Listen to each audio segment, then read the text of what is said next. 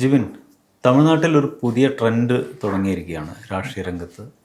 ആ, എല്ലാ നടന്മാരും വിജയുടെ ഒരു വിജയത്തിന് ശേഷം, രാഷ്ട്രീയ വിജയത്തിന് ശേഷം നടന്മാർക്കിടയിൽ അതുപോലെ ഉള്ള ആളുകൾക്കിടയിലൊക്കെ ഒരു പൊതുവിൽ രാഷ്ട്രീയത്തിൽ ഇറങ്ങിയാൽ വിജയിക്കാൻ സാധിക്കും എന്നുള്ളൊരു കോൺഫിഡൻസ്, ഒരു ആ തരത്തിലുള്ളൊരു തോന്നൽ ആളുകൾക്കിടയിൽ വളർന്നതായിട്ട് തോന്നുന്നുണ്ട്. അണ്ണാമലൈ പുതിയ ഒരു പ്രസ്ഥാനം രൂപീകരിച്ചു. അതുപോലെ രജനീകാന്തിൻ്റെ ഭാര്യ ലതാ രജനീകാന്ത് ഒരു പുതിയ പ്രസ്ഥാനം, മക്കൾ മേടെ പറഞ്ഞ് പുതിയൊരു പ്രസ്ഥാനം രൂപീകരിച്ചു. അതുപോലെ തന്നെ ഇപ്പോൾ ഏറ്റവും ഒടുവിൽ ധനുഷ് ഒരു രാഷ്ട്രീയ പ്രവേശന സൂചന നൽകിയിട്ടുള്ള ഒരു പ്രസ്താവന നടത്തിയിരിക്കുകയാണ്. അതുപോലെ പല നടന്മാരും വിശാൽ, സൂര്യ, കാർത്തിക്, ഇങ്ങനെ പല ആളുകളുടെയും പേരുകൾ പറഞ്ഞു കേൾക്കുന്നുണ്ട് രാഷ്ട്രീയത്തിലേക്ക് ഇറങ്ങാനുള്ള താല്പര്യത്തോടെ നിൽക്കുന്നതായിട്ട്. അപ്പോൾ ഏറ്റവും ഒടുവിൽ വന്നിട്ടുള്ള ധനുഷിൻ്റെ പ്രസ്താവനയാണ്. അത് വലിയ ഒരു ചർച്ചാ വിഷയമായിട്ട് മാറിയിരിക്കുകയാണ്. എന്തൊക്കെയാണ് നടക്കുന്നത്, എന്തൊക്കെയാണ് അപ്ഡേറ്റ്സ് പുതുതായിട്ട്? ഇപ്പോൾ സന്ദീപ് പറഞ്ഞ പോലെ തമിഴ്നാട്ടിൽ, പ്രത്യേകിച്ച് തമിഴ്നാട് രാഷ്ട്രീയവും സിനിമയും തമ്മിൽ വളരെ ഇഴുകിച്ചേർന്നൊരു ബന്ധമുള്ളൊരു സമൂഹമാണ്. കാരണം സിനിമയെ അതുപോലെ അവർക്ക് സ്വാധീനിക്കാൻ പറ്റുന്നുണ്ട്, നേരെ തിരിച്ചും അതുപോലെയാണ്. കാരണം അവിടുത്തെ താരങ്ങൾ എല്ലാം തന്നെ ജനങ്ങളുമായിട്ട് അത്രയും കണക്ട് ചെയ്യുന്നുണ്ട്. നമ്മളൊരു വളരെ ക്ലിയർ ആയിട്ട് പറഞ്ഞു കഴിഞ്ഞാൽ ഇപ്പോഴും വികാരം വളരെ ഈസി ആയിട്ട് അവരെ നയിക്കാൻ വികാരമാണ് ഭയങ്കര പ്രശ്നമാണ് അവർക്ക്. ഇപ്പോൾ ഈ ധനുഷിൻ്റെ കാര്യം പറഞ്ഞപ്പോൾ തന്നെ നമ്മൾ ഇതാണ് തിരുവള്ളൂരിൽ നടന്ന ഇവരുടെ ആരാധക കൂട്ടായ്മയിലെ രക്തദാന ക്യാമ്പുമായിട്ട് ബന്ധപ്പെട്ട ഒരു കൂട്ടായ്മ പരിപാടി സംഘടിപ്പിച്ച പരിപാടി. അതിലാണ് ധനുഷ് നടത്തിയൊരു പ്രസ്താവനയാണ്. അതായത് പൊതുശക്തിയായി മാറുക, ജനങ്ങളിലേക്ക് ഇറങ്ങിച്ചില്ലുക, നിങ്ങളുടെ അതാത് പ്രദേശത്തെ വിഷയങ്ങളിൽ ഇടപെടുക എന്നുള്ള രീതിയിൽ അദ്ദേഹം സംസാരിച്ചു. അതാണ് ധനുഷ് രാഷ്ട്രീയത്തിലേക്ക് ഇറങ്ങാൻ ഒരു താല്പര്യം കാണിക്കുന്നു എന്നുള്ള രീതിയിൽ വാർത്തയാകാനും അത് പിന്നീട് സമൂഹ മാധ്യമങ്ങളും ദേശീയ മാധ്യമങ്ങളിലും അടക്കം വാർത്തയാകാൻ കാരണം. ഇവിടെ നമ്മളിപ്പോൾ പറഞ്ഞുള്ള വിജയ് എന്നൊരു രാഷ്ട്രീയക്കാരൻ, അല്ലെങ്കിൽ വിജയ് ഒരു നടൻ എന്നതിനുപ്പുറം അദ്ദേഹം ഇന്നൊരു തമിഴ്നാട് മുഖ്യമന്ത്രിയായി. വിജയ് മക്കളിലേക്ക് എന്നുള്ള അദ്ദേഹത്തിൻ്റെ ആരാധക കൂട്ടായ്മ അദ്ദേഹം പിന്നെ രാഷ്ട്രീയ പാർട്ടിയാക്കി മാറ്റിയാണ്. അതിന് പിന്നിൽ അദ്ദേഹം ഒരു 10 വർഷത്തോളം അല്ലെങ്കിൽ 12-15 വർഷത്തോളം പണിയെടുത്തിട്ടുണ്ട്. കാരണം ചെറിയ ഈ ക്യാമ്പുകളിലൂടെയും ജനസേവനങ്ങളിലൂടെയും അതിനുശേഷം തദ്ദേശ തെരഞ്ഞെടുപ്പുകളിലൂടെയൊക്കെ വർഷങ്ങളോളം പണിയെടുത്തിട്ടാണ് വിജയ് രാഷ്ട്രീയത്തിലേക്ക് എത്തിയതും പിന്നെ അദ്ദേഹം സജീവമാകുന്നു. 2026 നിയമസഭാ തെരഞ്ഞെടുപ്പിലേക്ക് അദ്ദേഹം എത്തുന്നതും ആ തെരഞ്ഞെടുപ്പിൽ അദ്ദേഹം ഇന്ത്യൻ രാഷ്ട്രീയത്തെ പോലും ഞെട്ടിച്ചുകൊണ്ടൊരു വലിയൊരു വിജയമുണ്ടാക്കി തമിഴ്നാട് മുഖ്യമന്ത്രിയായി മാറുകയും ചെയ്തത്. അതേ പാത തന്നെയാണ് ഇപ്പോൾ തമിഴ്നാട്ടിലെ രാഷ്ട്രീയത്തിൽ പല നടന്മാരും ഏറ്റെടുക്കാൻ ശ്രമിക്കുന്നത്, അല്ലെങ്കിൽ അത് ഫോളോ ചെയ്യാൻ നോക്കുന്നുണ്ട്. ഇപ്പോൾ ഏറ്റവും അവസാനമായിട്ട് ധനുഷ് പോലും ആദ്യ രീതിയിൽ സംസാരിക്കുമ്പോൾ നമുക്കിവിടെ ഒരു സൂചന നൽകുന്ന പോലെ നമുക്ക് തോന്നാം. കാരണം വെച്ചാൽ വിജയ് പണ്ട് പറഞ്ഞ രീതിയിൽ തന്നെയാണ് അദ്ദേഹം ആരാധകരുടെ വിജയ് പറഞ്ഞിട്ട് എന്നാൽ അദ്ദേഹം ജനങ്ങളിലേക്ക് ഇറങ്ങിച്ചെന്ന് ജനങ്ങളിലേക്ക് പ്രവർത്തിക്കുക എന്നുള്ള രീതിയിൽ പറയാതെ പറഞ്ഞാണ് വിജയ് രാഷ്ട്രീയത്തിലേക്ക് വന്നത്. അതുപോലെ തന്നെയാണ് ഇപ്പോൾ ധനുഷിൻ്റെ ഭാഗത്തു നിന്നും ഈ ഒരു പ്രതികരണം ഉണ്ടാകുന്നത്. ധനുഷിനെ സംബന്ധിച്ച് അദ്ദേഹം വിജയെപ്പോലെ വലിയ ഒരു ക്രൗഡ് പുള്ളർ ഒന്നുമല്ല, പക്ഷെ അദ്ദേഹം നല്ലൊരു നടനാണ്.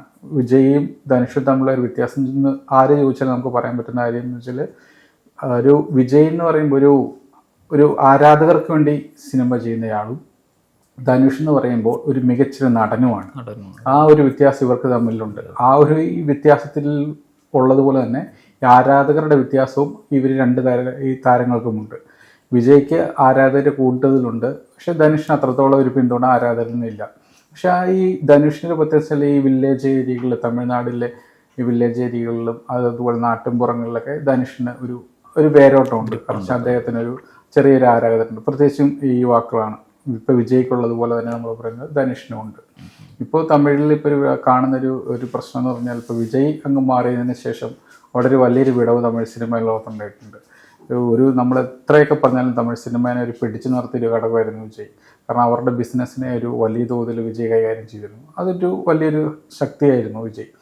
ഇപ്പോൾ സിനിമ പൂർണ്ണമായിട്ട് നിർത്തിയിട്ട് അങ്ങ് രാഷ്ട്രീയത്തിലേക്ക് മാറിയപ്പോൾ അവിടെ ഒരു സ്പേസ് ഉണ്ട്. പക്ഷെ ആ സ്പേസ് അവിടെ അതേപോലെ തന്നെ കിടക്കുകയാണ്. പക്ഷെ അത് മറുവശത്ത് നോക്കുമ്പോൾ വിജയുടെ ഒരു സക്സസ് പലർക്കും ഫോളോ ചെയ്യാനുള്ള ഒരു താല്പര്യം കാണിക്കുന്നുണ്ട്. അതാണ് ധനുഷിനെ കൊണ്ട് ഇങ്ങനെ പറയിപ്പിച്ചത്. പക്ഷെ ഇപ്പം ധനുഷിന് നേരിടുന്ന വലിയൊരു പ്രശ്നം എന്തൊക്കെയാണെന്ന് വെച്ചാൽ, എത്രത്തോളം തനിക്കിവിടെ ശക്തനാകാൻ പറ്റും എന്നുള്ളൊരു കാര്യമാണ്. അതിനകത്ത് കുറച്ച് വിശദീകരിക്കേണ്ടതായിട്ടില്ലേ? അതെ, ഇതിൽ എന്താണെന്ന് വെച്ചാൽ നേരത്തെ ജീവൻ പറഞ്ഞ പോലെ കുറച്ച് വർഷങ്ങൾ കൊണ്ടൊന്നുമല്ല, ഒരു 5-10 വർഷത്തെ കണ്ടിന്യൂസ് ആയിട്ടുള്ള പ്രയത്നം വിജയുടെ വിജയത്തിന് പിന്നിലുണ്ട്. അത് പെട്ടെന്നുണ്ടായ ഒന്നല്ല. വിജയ് ശരിക്കും ഇപ്പോൾ DMK പ്രവർത്തകരോടൊക്കെ സംസാരിക്കുമ്പോൾ അവർ പറയുന്നത് ഒരു വിജയ് MGRനെ അനുകരിച്ചുകൊണ്ടിരിക്കുകയായിരുന്നു എന്ന് ഇപ്പോൾ ഞങ്ങൾ തിരിച്ചറിയുന്ന ഒന്നാണ്. മുമ്പ് അവർക്ക് മനസ്സിലായിരുന്നില്ല. ഇപ്പോൾ ഇങ്ങേരുടെ പഴയ പടങ്ങളെല്ലാം എടുത്തു നോക്കുമ്പോൾ അദ്ദേഹം വളരെ കൃത്യമായിട്ട് അദ്ദേഹത്തിൻ്റെ വോട്ടർ ബേസ് നിർമ്മിച്ചുകൊണ്ടിരുന്നിരുന്നു എന്ന ഒരു യാഥാർത്ഥ്യം DMK അല്ലെങ്കിൽ ദ്രവിഡിയൻ പാർട്ടി മെമ്പേഴ്സിന് മനസ്സിലാവുന്നുണ്ട്.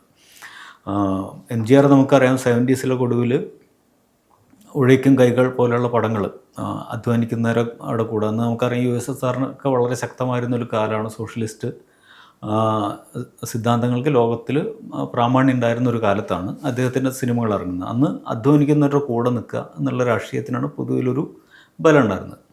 ആ സമയത്ത് ഇദ്ദേഹം എടുത്തിരുന്ന പടങ്ങൾ നമുക്കറിയാം.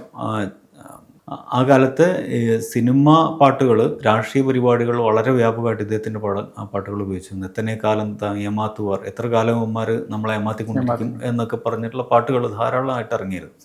അപ്പോൾ ആ തരത്തിൽ അദ്ദേഹം ബിൽഡ് ചെയ്തിരുന്ന അതേ ഒരു സ്റ്റൈലിനെ അനുകരിക്കുകയായിരുന്നു യഥാർത്ഥത്തിൽ വിജയ് ചെയ്തു വന്നിരുന്നത്.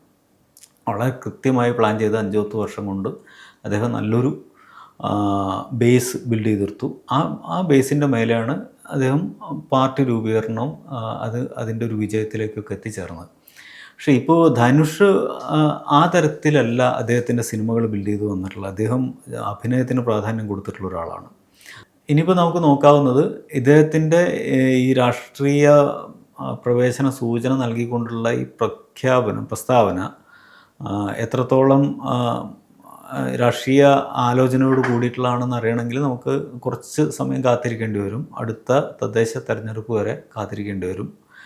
ഈ ധനുഷിൻ്റെ ഈ രാഷ്ട്രീയത്തിലേക്കുള്ള വരവിനെ DMK പ്രതികരിച്ചിട്ടുണ്ട്. രാഷ്ട്രീയത്തിലേക്ക് പ്രവേശിക്കാനുള്ള ആരെയും തടയുന്നില്ല എന്നുള്ള രീതിയിൽ അവരെ സ്വാഗതം ചെയ്യുന്നു എന്നുള്ള രീതിയിലാണ് DMKയുടെ പ്രതികരണം ഉണ്ടായത്. അതുപോലെ തന്നെ ധനുഷിൻ്റെ പിതാവ് പറഞ്ഞിട്ടുണ്ട്, കസ്തൂരിരാജ്, അദ്ദേഹം പറഞ്ഞിട്ടുണ്ട് സ്വാഭാവികമായിട്ട് അദ്ദേഹത്തിന് രാഷ്ട്രീയത്തിലേക്ക് വരാം എന്നും അദ്ദേഹവും സൂചന നൽകുന്നുണ്ട്. പക്ഷേ നമ്മളിപ്പോൾ ഈ ധനുഷിൻ്റെ കാര്യം നമ്മളിവിടെ ചർച്ച ചെയ്യുമ്പോൾ ധനുഷ് അഭിനയിച്ച രായൻ എന്ന സിനിമയ്ക്ക് ദേശീയ അവാർഡ് കിട്ടിയതുമായിട്ട് ബന്ധപ്പെട്ട് തമിഴ്നാട്ടിൽ വലിയൊരു കോലാഹലം നടക്കുന്നുണ്ട്. ഇത് ദേശീയ അവാർഡിന് കിട്ടേണ്ട സിനിമയായിരുന്നോ എന്ന് ചോദ്യം ഉയരുന്നുണ്ട്. പക്ഷെ അതിന് ധനുഷ് കഴിഞ്ഞ ദിവസം തന്നെ മറുപടി നൽകുന്നുണ്ട്. അദ്ദേഹം അതിനു മുമ്പ് അവാർഡ് പ്രതീക്ഷിച്ചിരുന്ന സിനിമകളുണ്ട്. എൻ്റെ അടുത്ത് മയക്കം എന്ന പറയുന്നുണ്ട്, അസുരൻ, അതുപോലെ തന്നെ ത്രൈ പറയുന്നുണ്ട്, അതുപോലെ അങ്ങനെ 1-2 കുറച്ച് സിനിമകൾ പറയും. അതിനൊക്കെ അവാർഡ് കിട്ടുമെന്ന് അദ്ദേഹം ഉറച്ചു വിശ്വസിച്ചിരുന്നു. അല്ലെങ്കിൽ അദ്ദേഹത്തോട് പലരും അങ്ങനെ സൂചന നൽകിയിരുന്നു. പക്ഷേ അതിനുശേഷം ഒന്നും കിട്ടിയില്ല. കിട്ടിയത് രാജനാണ്. അന്ന് തനിക്ക് അവാർഡ് കിട്ടാതിരുന്നപ്പോൾ ആരും പ്രതികരിച്ചിരുന്നില്ല. പക്ഷേ ഇപ്പോൾ തനിക്ക് അവാർഡ് കിട്ടിയപ്പോൾ പലരും വിമർശിക്കുന്നു എന്ന് അദ്ദേഹം പറയുന്നുണ്ട്. പക്ഷേ അത് വിമർശനത്തെ അദ്ദേഹം പോസിറ്റീവായിട്ടാണ് അദ്ദേഹം സംസാരിക്കുന്നത്. കാരണം അത് തള്ളിപ്പറയുന്നൊന്നുമില്ല, ധനുഷ് തള്ളിപ്പറയുന്നില്ല. ആ ഒരു രാഷ്ട്രീയം കൂടി ഇവിടെ നിൽക്കുന്ന സാഹചര്യത്തിലാണ് അദ്ദേഹം ഇതുപോലെ തന്നെ രാഷ്ട്രീയത്തിലേക്കുള്ളൊരു സാധ്യത പറയുന്നത്. ഇപ്പോൾ സന്ദീപൻ കുറച്ച് മുമ്പ് പറഞ്ഞുള്ള അഭിനയത്തിൻ്റെ കാര്യമൊക്കെ പറഞ്ഞപ്പോഴും അദ്ദേഹം എപ്പോഴും ഒരു നമ്മളിപ്പോൾ പറയാം അരികുവൽക്കരിക്കപ്പെട്ട അല്ലെങ്കിൽ ദളിത് രാഷ്ട്രീയം അല്ലെങ്കിൽ ഒരു താഴേക്കിടയിലുള്ളവരുടെ അവരുടെ ജീവിതത്തെ പറയുന്ന അങ്ങനെയുള്ള സിനിമകൾ ധാരാളം എടുത്തിട്ടുള്ള ഒരു നടനാണ് ധനുഷ്. അദ്ദേഹത്തിൻ്റെ ഇപ്പോൾ ഏറ്റവും നമ്മൾ പറയുമ്പോൾ ആടുകളമുള്ള സിനിമ പറയാൻ പറ്റും. അതുപോലെ തന്നെ അസുരനാണെങ്കിലും അതുപോലെ ഈ വടചെന്നൈ പോലുള്ള സിനിമകളും അതുമല്ലെങ്കിൽ നമുക്ക് പറയാൻ പറ്റുന്ന സിനിമയാണ് കർണൻ. അങ്ങനെയുള്ള സിനിമകളൊക്കെ പറയുമ്പോൾ പലതും ഒരു താഴേക്കിടയിലുള്ള ആൾക്കാരുടെ ഒരു ദളിത് വിഭാഗത്തിൻ്റെ അല്ലെങ്കിൽ അരികുവൽക്കരിക്കപ്പെട്ടവരുടെ ജീവിത പശ്ചാത്തലം പറഞ്ഞ സിനിമയാണ്. ആ ഒരു പശ്ചാത്തലം ധനുഷിന് ഇപ്പോഴും അവിടെയുണ്ട്. ആ പശ്ചാത്തലം എന്ന് ഞാൻ പറയാൻ കാരണം വെച്ചാൽ ആ പശ്ചാത്തലത്തിലുള്ള ആൾക്കാരുടെ ഒരു സപ്പോർട്ട് ധനുഷിന് ഇപ്പോഴും അവിടെയുണ്ട്. എന്നുവെച്ചാൽ ധനുഷിൻ്റെ സിനിമകളൊക്കെ അവരുമായിട്ട് കണക്ട് ചെയ്യുന്ന ഒരു സാധനമാണ്.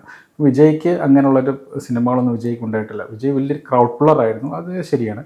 പക്ഷേ ഈ അഭിനയത്തിൻ്റെ കാര്യത്തിൽ ആദ്യം ഞാൻ പറഞ്ഞത് തന്നെ ഈ തമ്മിലുള്ളൊരു വ്യത്യാസം, ആനയും ഉറുമ്പും തമ്മിലുള്ള വ്യത്യാസമുണ്ട്. ആ ഒരു വ്യത്യാസത്തിൽ തന്നെ ധനുഷ് അവരുമായിട്ട് ഒരു തലത്തിൽ വരെ കണക്ട് ചെയ്തിരിക്കുന്നുണ്ട് അദ്ദേഹം അഭിനയിച്ച സിനിമയിലും കൂടെ. പ്രത്യേകിച്ച് ഈ വെട്രിമാറിൻ്റെ സിനിമകൾ നമുക്കറിയാം. വെട്രിമാറിൻ്റെ സിനിമകൾ കൂടുതലും ദളിത് രാഷ്ട്രീയം പറയുന്ന സിനിമകളാണ്. അദ്ദേഹം ചെയ്തതും അദ്ദേഹത്തിന് അവാർഡ് കിട്ടിയതും നമുക്ക് ആടുകളത്തിൻ്റെ കാര്യം പറയും. ആടുകളത്തിന് എത്ര അവാർഡ് കിട്ടിയെന്ന് ചോദിച്ചു കഴിഞ്ഞാൽ നമ്മൾ ഞെട്ടിപ്പോവും. അതുപോലെ അവാർഡുകൾ കിട്ടിയിട്ടുണ്ട് ആ സിനിമയ്ക്ക്. ആ സിനിമ മാത്രം മതി നമുക്ക് അദ്ദേഹം ഈ ധനുഷിൻ്റെ ഒരു റേഞ്ചൊക്കെ മനസ്സിലാകും. ഈ ഞാൻ ധനുഷിൻ്റെ ഒരു വലിയൊരു ആരാധകനായി മാറാൻ വേണ്ടിയിട്ടുണ്ടായ സിനിമ ഈ മയക്കം എന്നൊരു സിനിമയാണ്. അതിൻ്റെ അകത്ത് അദ്ദേഹത്തിൻ്റെ പെർഫോമൻസ് ഒരു വളരെ വ്യത്യസ്തമായ ഒരു പെർഫോമൻസാണ്. പക്ഷെ നമ്മളിപ്പോൾ രാഷ്ട്രീയം പറയുമ്പോൾ ധനുഷിന് ഇങ്ങനെ ഒരു പശ്ചാത്തലമുണ്ട്. അദ്ദേഹത്തിന് ഈ താഴേക്കിടയിലേക്ക് അവരെ സ്വാധീനിക്കാൻ പറ്റും. പ്രത്യേകിച്ച് അധികം ഈ യങ്സ്റ്റേഴ്സിനെ അദ്ദേഹം സ്വാധീനിക്കാൻ പറ്റും. കാരണം അദ്ദേഹം ചെയ്തു വച്ചിരിക്കുന്ന സിനിമകളും അല്ലെങ്കിൽ അദ്ദേഹം ഒരു എല്ലാ കാലത്തും തിരഞ്ഞെടുത്തിരിക്കുന്ന സിനിമകളും അങ്ങനെയൊക്കെ തന്നെയാണ്. അദ്ദേഹത്തിന് ഒരു വലിയൊരു കളർഫുൾ സിനിമകളൊന്നും അദ്ദേഹം വലുതായിട്ട് അദ്ദേഹം ചെയ്തിട്ടില്ല. വിജയെ സംബന്ധിച്ച് വിജയ് ചെയ്തിരിക്കുന്ന പോലുള്ള വലിയ വലിയ സിനിമകൾ പോലും ചെയ്തിട്ടില്ല. വളരെ കുറവാണ് ധനുഷ് ചെയ്തിരിക്കുന്നത്. ഈ കമ്പയർ ചെയ്യുമ്പോൾ ധനുഷ് കൂടുതലും ചെയ്തിരിക്കുന്ന ഇങ്ങനെയുള്ള സിനിമകളാണ്. ആ ഒരു രാഷ്ട്രീയം തന്നെയായിരിക്കും അദ്ദേഹം മുമ്പോട്ട് വെക്കുന്നത്. അല്ലെങ്കിൽ കാരണം അദ്ദേഹത്തിൻ്റെ പശ്ചാത്തലം അങ്ങനെ ഇവിടെ ഉണ്ടെന്ന് എനിക്ക് തോന്നുന്നത്. ഇതിൽ എങ്ങനെ ഇത് പറയുന്ന പോലെ ഒരു ക്രൗഡിനെ പൊള്ളിയാനുള്ള ശേഷി വിജയിയെ പോലെ ഇദ്ദേഹത്തിന് എത്രത്തോളം ഉണ്ടെന്നുള്ള കാര്യത്തിലൊക്കെ നമുക്ക് വേറെ ചർച്ച ചെയ്യേണ്ടി വരും. കാരണം നമുക്കത് ആ കാര്യത്തിൽ അത്ര ഉറപ്പ് പറയാൻ കഴിയില്ല. പക്ഷേ സ്റ്റിൽ അദ്ദേഹം ഒരു അവിടുത്തെ ഈ ദളിത് പിന്നാക്ക രാഷ്ട്രീയ സിനിമകളുടെ ഒരു പ്രധാന മുഖം തന്നെയാണ്. എനിക്ക് തോന്നുന്നു അദ്ദേഹത്തിൻ്റെ ഒരു പശ്ചാത്തലം, അദ്ദേഹത്തിൻ്റെ ഇങ്ങനെ രാഷ്ട്രീയത്തിലേക്ക് വന്നു കഴിഞ്ഞാൽ അദ്ദേഹത്തിന് കുടുംബ പശ്ചാത്തലം ഒരു ചർച്ച ചെയ്യപ്പെടുന്ന സാധ്യതയുണ്ട്. അതൊരു പിന്നാക്ക പശ്ചാത്തലം തന്നെയാണ്. പക്ഷെ നായ്ക്കരാണ് എന്നാണ് അറിയുന്നത് അവിടെ നായ്ക്കർ വിഭാഗത്തിൽ. പക്ഷെ നായ്ക്കർ നമുക്കറിയാം, നായ്ക്കർ സമുദായം പൊതുവെ DMK-യോട് അതുപോലെ DMK ADMK അലൈൻഡാണ്. കാരണം പെരിയാറിൻ്റെ കാസ്റ്റും കൂടിയാണല്ലോ. സ്വാഭാവികമായിട്ട് അതിൻ്റെ ഒരു ബന്ധം നമുക്ക് കാണാൻ കഴിയും. പക്ഷേ ഇദ്ദേഹത്തിൻ്റെ അച്ഛൻ കസ്തൂരി രാജ 2015 BJP-യിൽ ചേർന്നിരുന്ന ആളാണ്. അതുപോലെ തന്നെ ഇദ്ദേഹം അയോധ്യ രാമക്ഷേത്രത്തിൻ്റെ പ്രതിഷ്ഠാ ദിനത്തിൽ അവിടെ പോയ വളരെ ചുരുക്കം പേരിലൊരാളാണ്. അദ്ദേഹം വളരെ ആഹ്ലാദത്തോടെ അത് കഴിഞ്ഞിട്ട് സെൽഫി എടുക്കുന്നതൊക്കെ നമ്മൾ കണ്ടിട്ടുണ്ട്. അപ്പോൾ ഇതിൻ്റെ സംശയിക്കാവുന്നൊരു സംഗതി ഇദ്ദേഹത്തിൻ്റെ പിന്നിൽ BJP-യുടെ ഒരു കളി ഉണ്ടോ എന്നൊരു സംശയം പൊതുവിൽ തമിഴ്നാട്ടിൽ വളരുന്നുണ്ട്. ഇതിൻ്റെ കൂടെ കാണേണ്ടതാണ് ലതാ രജനീകാന്ത് മക്കൾ മേഡ എന്ന് പറഞ്ഞിട്ട് പീപ്പിൾസ് പ്ലാറ്റ്ഫോം എന്ന് പറയാം, അങ്ങനത്തെ ഒരു പ്രസ്ഥാനം തുടങ്ങിയിട്ടുണ്ട്. അതിൻ്റെ ഒരു സ്വഭാവം എന്ന് പറയുന്നത് ഈ IAS-കാരെ ഉദ്യോഗസ്ഥരെ ജൻസി കുട്ടികളെ ഒക്കെ കോർഡിനേറ്റ് ചെയ്ത് ഒരു പ്രസ്ഥാനമായിട്ട് കൊണ്ടുപോകുക എന്നുള്ളതാണ്. ഇത് സെയിം പദ്ധതി തന്നെയാണ് വി ദ ലീഡേഴ്സ് എന്ന് പറഞ്ഞിട്ട് അണ്ണാമലയും കൊണ്ട് നടക്കുന്നത്. അപ്പോൾ ഇതിൻ്റെയൊക്കെ ഒരു ക്യാരക്ടർ ഒരേപോലെ കിടക്കുന്നുണ്ട്, ഈ രണ്ടുപേരുടെ മൂവിൻ്റെ ഒരു ക്യാരക്ടർ. അപ്പോൾ ഇതിൻ്റെ പിന്നിൽ BJP അല്ലെങ്കിൽ സംഘപരിവാർ സംഘടനകളൊക്കെ അല്ലെങ്കിൽ അങ്ങനത്തെ ഒരു പദ്ധതി ഇതിൻ്റെ പിന്നിലുണ്ടോ എന്നൊരു സംശയം അണ്ണാമലയുടെ കാര്യത്തിൽ എല്ലാവരും പറയുന്നതാണ്. ലതയുടെ കാര്യത്തിൽ നമുക്കങ്ങനെ സംശയിക്കാം.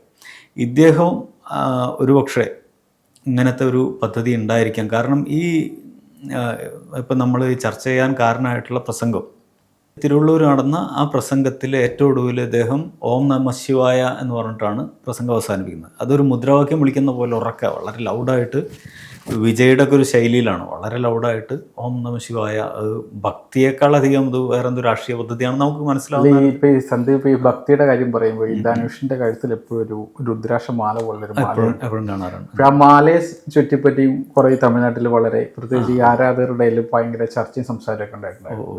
പക്ഷെ അത് എന്തിനാ അദ്ദേഹം എപ്പോഴും മാല ഇടുന്നത്? അത് വലിയ പൊതുപരിപാടികളിലും വലിയ ചടങ്ങുകളിൽ പോലും അദ്ദേഹത്തിന്റെ കഴുത്തിൽ ഈ മാല രുദ്രാക്ഷം കാണാം, മാലയുണ്ട്. അപ്പൊ അതുമായിട്ട് ബന്ധപ്പെട്ട് അദ്ദേഹത്തിന്റെ വല്യച്ഛനോ മരിക്കാറായപ്പോഴാണ് കൊടുത്താണെന്നോ അങ്ങനെയൊക്കെ കുറെ കഥകൾ അതുമായിട്ട് ബന്ധപ്പെട്ടുണ്ട് അദ്ദേഹം പറഞ്ഞായിട്ടും കേൾക്കുന്നുണ്ട്. പക്ഷെ ഇപ്പൊ സന്ദീപ് പറഞ്ഞപ്പോഴാണ് ഞാൻ ആ കാര്യം ഓർത്തത്. പൊതുവിൽ ഒരു ആത്മീയ രാഷ്ട്രീയത്തിന്റെ സമീപനമാണ് ഇദ്ദേഹത്തിൽ നിന്ന് സംശയിക്കാനുള്ള എല്ലാ കാരണങ്ങളും ചുറ്റിനുണ്ട്.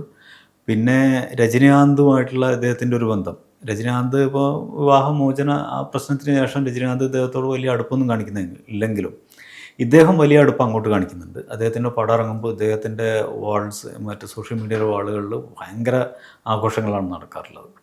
അപ്പോൾ അത് ഷെയർ ചെയ്യുന്നു, അതിൽ കൺഗ്രാറ്റ്സ് ചെയ്യുന്നു, അങ്ങനെ പല തരത്തിലുള്ള സംഗതികൾ നമ്മൾ കാണാറുണ്ട്.